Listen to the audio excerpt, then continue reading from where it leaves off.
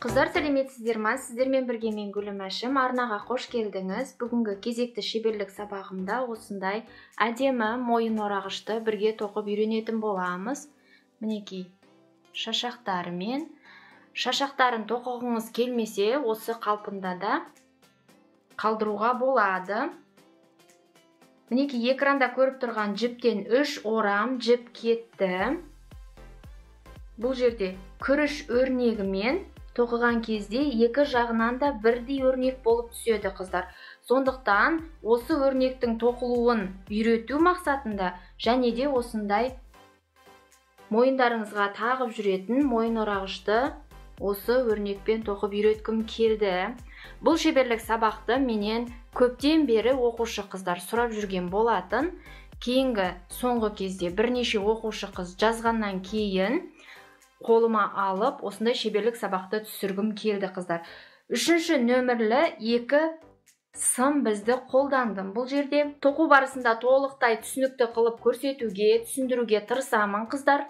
Ең алдымен шеберлік сабақты бастан аяқ қарап шығуларыңызға ұсыныс айтамын. Қарап шыққаннан кейін қажетті жіптеріңізді, біздеріңізді реттеп алып, осылай тоқысаңыздар болады. Бұл мойын орағышты мен арнайы оюлы бас киімге жиынтық ретінде қасына қосып тоқыған болатынмын. Бұл сатылымда. Егер қызықтырса, толық ақпаратты білу үшін менің WhatsApp-ыма немесе Instagram парақшама жазсаңыздар, сіздерге жауап беретін болады. Сондай-ақ бұл оюлы бас киімді тоқу үшін ақылы шеберлік сабақ бар. Ол туралы ақпаратты да менің WhatsApp мен Instagram-ма жазу арқылы біле аласыздар. Енді қыздар, сіздермен бірге тоқып бастаймыз. Ілмектерді қалай теріп алу керектігі туралы менде шеберлік сабақ бар, сондықтан бұл жерде аса баяулатып көрсетпеймін. 50 ілмекті теріп аламыз.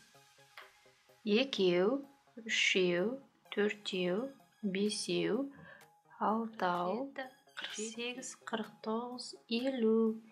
Неке бізге қажетті 50 ілмекті біз әдемілеп бізімізге теріп алдық. Енді біз мойын орағышымыздың бірінші қатарын тоқып бастаймыз. Мына жерде қалған жіп мінекей осылай тұрады. Артынан жасыратын боламыз. Ал енді бізде тоқитын жұмыс жібіміз мінекей осылай қолымызда. Енді мен сіздерге көрсетерім. Бұл бізде бірінші қатар, бізде мойын орағыштың мінекей бірінші қатары. Енді біз алғашқы 3 ілмекті тоқымаймыз, қыздар. Іліп аламыз бізімізге. Ол неліктен екендігін біраздан кейін түсінікті қылып айтамын, мінекей. Осы 3 ілмекті алғашқы тоқымай осылай іліп аламыз. Енді келесі ілмектен бастап тоқып бастаймыз. Оң, теріс. Оң, теріс. Оң теріс қалай тоқитыны туралы менде шеберлік сабақ түсірілген. Сол жерден, егер сіз тоқып көрмеген болсаңыз, сол жерден кіріп алдымен оң теріс қалай тоқылатындығын үйреніп алуыңызға болады. Теріс, оң, теріс. Осылай кезек-кезек оң теріс ілмектерді соңында 3 ілмек қалғанға дейін тоқып шығамыз, қыздар.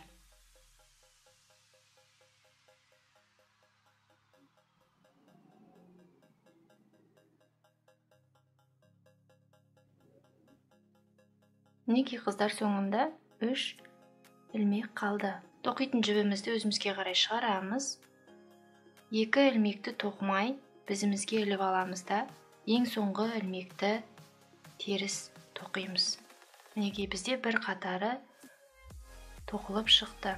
Енді қыздар, екінші қатарын тоқимыз. Ол жерде біз енді бірінші ілмегімізді тоқымай іліп аламыз. Енді 2 ілмекті алғашқы оң тоқимыз. 1,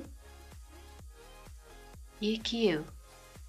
Бұл жерде теріс тоқылып тұр, осылай терісінен тоқимыз. Терісінен тоқимыз. Келесі екінші ілмек бізде бірінші қатарда оң тоқылған. Бұл жерде екінші қатарда оны да тура осылай оң тоқимыз. Тағы да бір оң бір теріс осылай соңына дейін 3 ілмекке дейін жалғастырып тоқимыз осылай. Алдыңғы қатарда мінекей қалай оң тоқылып тұрса оң тоқимыз, теріс тоқылып тұрған болса теріс тоқимыз, осылай жалғастырамыз.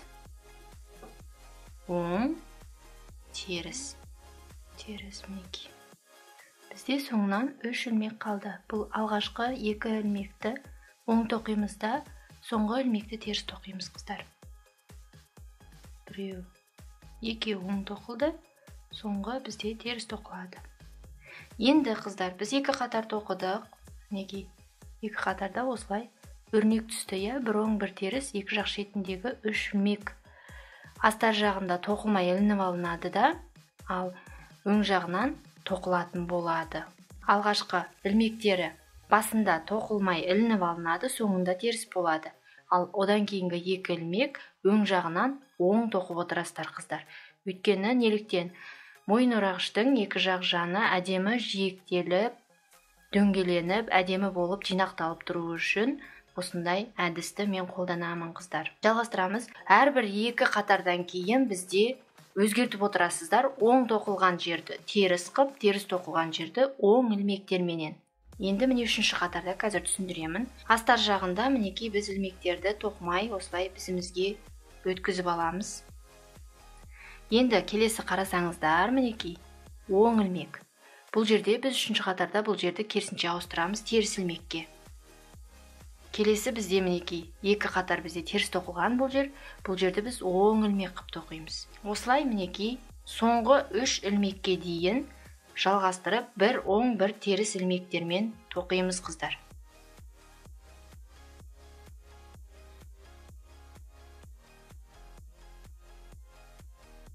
Мінекей соңынан 3 ілмек қалды. Бұл бізде астар жағынан тоқылып жатқандықтан бұл жерде біз алғашқы 2 ілмекті тоқымай бізімізге өткіземізде, соңғы ілмекті теріс тоқимыз қыздар.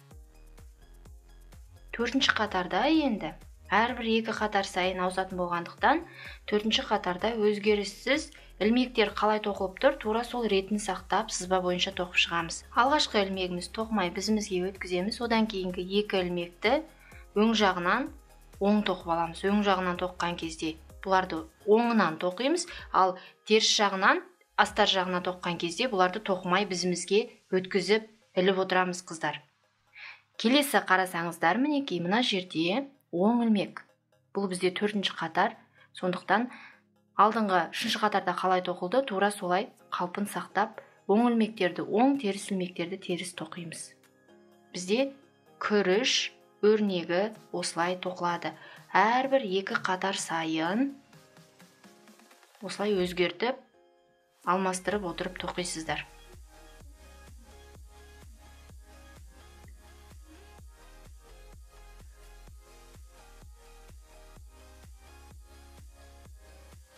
Осылай жалғастырамыз. Келесі 5-ші қатарда бізде тағы да орындарын алмастырып тоқитын боласыздар. Барлығы қайталана беретін болғандықтан сіздерге ұзақ уақытты алып көрсетіп отырудың қажеті жоқ.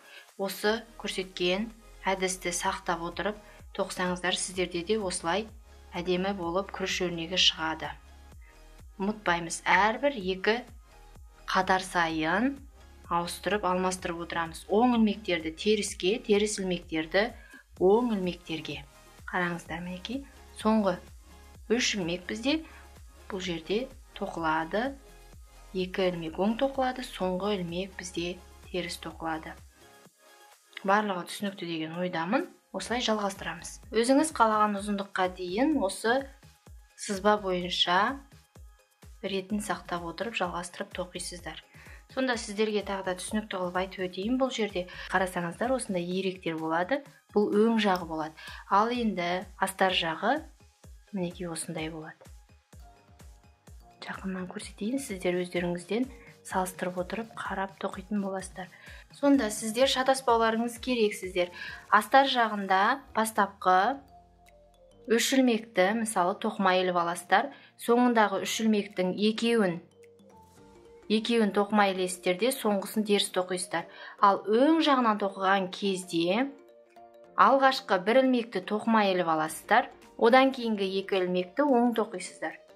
Одан кейін соңында 2 ілмекті оң тоқып, соңғы ілмекті теріс тоқитын боласыздар. Барлығы түсінікті ғой, қыздар? Әрбір 2 қатардан кейін оң ілмектерді теріске, теріс ілмектерді оң ілмектерге ауыстырып отырып, осылай күріш өрнегін шығарып тоқи бересіздер. Мен өзім қалаған ұзындықта тоқимын, одан кейін сіздерге қайтадан қосылатын боламын.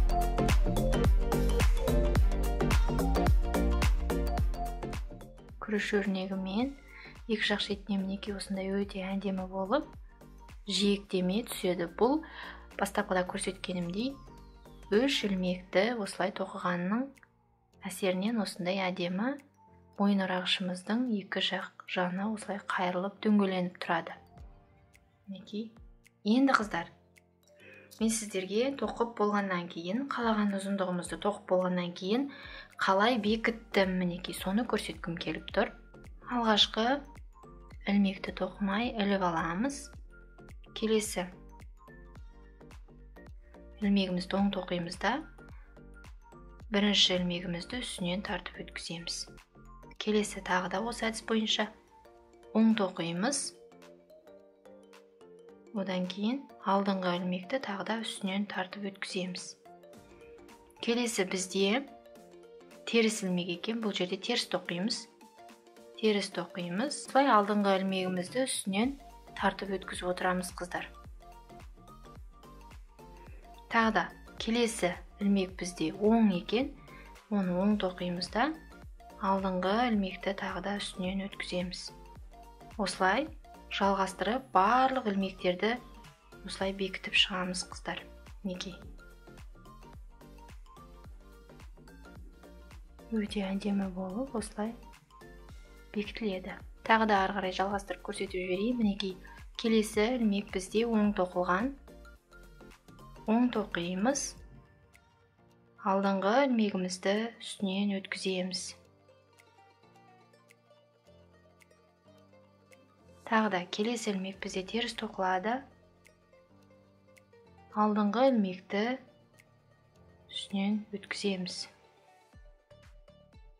Осылай барлық ілмектерді бекітіп шығамыз соңына дейін.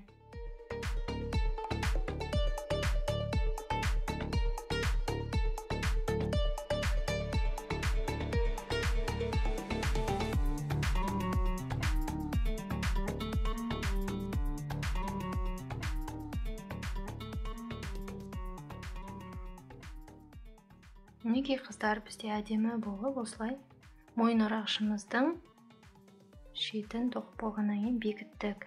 Енді қыздар, осы қалпында да қалдыруға болады мойын орағышты. Енді сондай-ақ, егерде осылай шашақ тоқығыңыз келсе, осы жерде мен қалай осындай шашақтарды әдемілеп тоқығанымды сіздерге түсіндіріп көрсетіп жіберейін. Егер ұнатсаңыздар, мойын орағыштың шетіне әдемілеп шашақтарды сіздерде тоқи алатын боласыздар, қыздар. Қыздар, енді бұндай шашақты тоқу камераның алдында маған өте ыңғайсыз болатындығын біліп тұрмын. Сонда да сіздер үшін осылай көрсеткім келіп тұр. Сіздер де осылай тоқып үйренсе екен, сіздердің де қолдарыңыздан осындай әдемі мойын орағыш дайын болса екен деген ниетпен, қыздар. Негізі жалпы мойын орағышты тоқыған кезде, қыздар, екі жағынан да өрнек бірдей болып түсетін осындай өрнектерді таңдаған дұрыс деп ойлаймын өзім. Сонда әдемі болады. Бірақ дегенмен де тоқыған кезде өзіңіз үшін астар жағы және өң жағы деп белгілеп отырған дұрыс. Шетіне мінекей қиып алдық. Енді мінекей өң жағынан ең шеткі бізде бұл жерде орын, мінекей осы жерден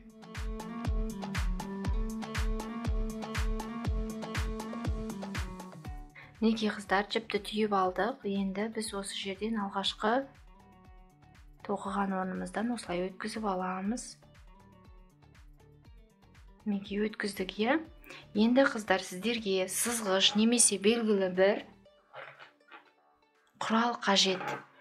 Құрал қажет, өйткені бұл жердегі шашақты дайындайтын жіпті біз белгілі бір ұзындықта мөлшерін бірдей қылып өлшеп отыру керекпіз. Мен осындай біздің ұзындығымен бір 20 сантиметрдей болады. Мінекей, мына жақ бір жақ бөлігін мен осы біздің ұзындығымен өлшеп тоқып шықтым қыздар. Сондықтан екінші жағында осы бізіммен өлшей беремін. Ал сіздер арнайы сызғышты алып, осылай өлшеп отырып, жіптің ұзындығын осылай ұстап аласыздар да.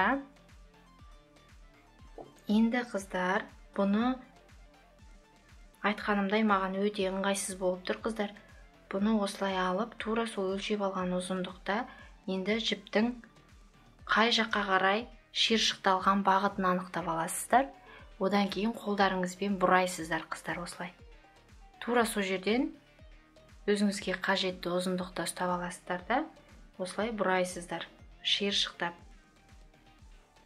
Одан кейін осы ұзындықтың тура ортасынан мінекей, сіздерге қазір жақындатайын, анық көрінуі үшін мінекей. Одан кейін мінекей шиыршықтап алдыңыздар. Осы жерден мінекей ортасын тауып аласыздар да жіпті.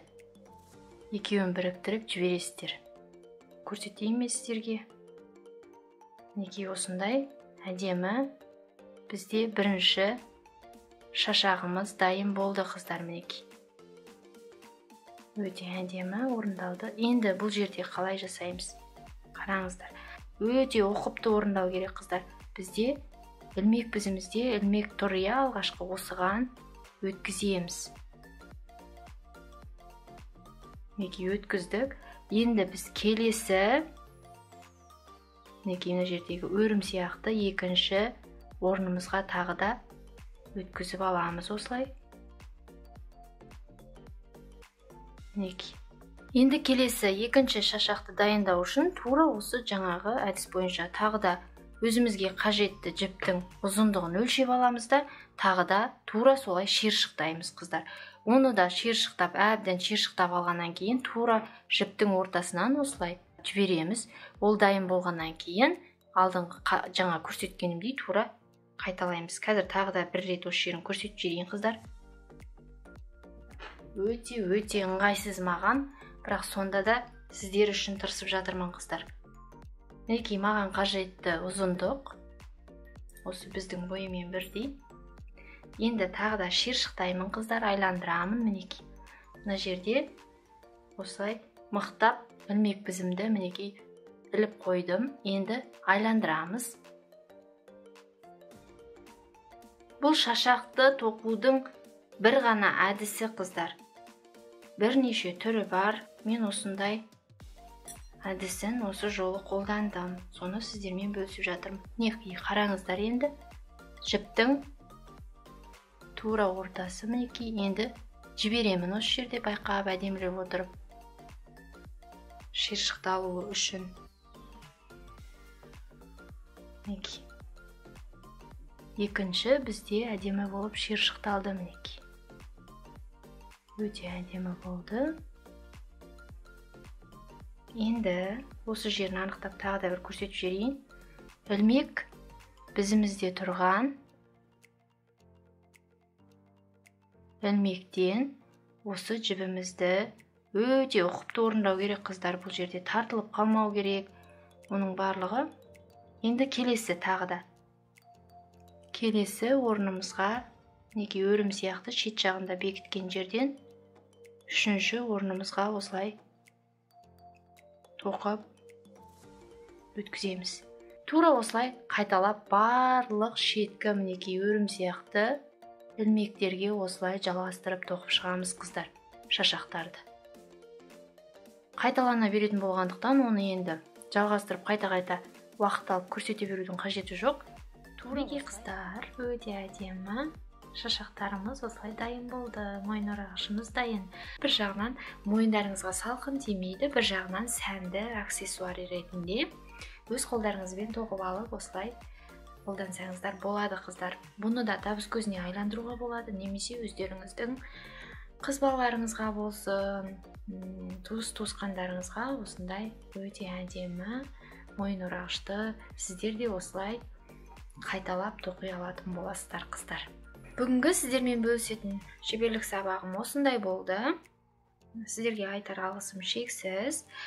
Егер сіз өзіңіз тоқып ұнатқан болсаңыз, өзіңіздің жақсы көретін жеңге, сіңіл, әпке сияқты осындай қолөнермен айналыссын. Мысалы, үйде отырған аналар бар, сіз білетін, солармен, құрбы құрдастарыңызбен осы шеберлік сабақпен бөлісіп қойсаңыздар болады. Оқушы қыздар, мысалы, басқада сыныптас қыздармен осылай бөлісіп шеберлік сабақты жіберіп қойсаңыздар болады. Алғысым шексіз. Жақсы күндерде келесі шеберлік сабақтармен бейнежазбаларда, тоқыма блогтарда қосылғанша сау саламатта болыңыздар. Сіздермен бірге болған мен Гүлім Әшім.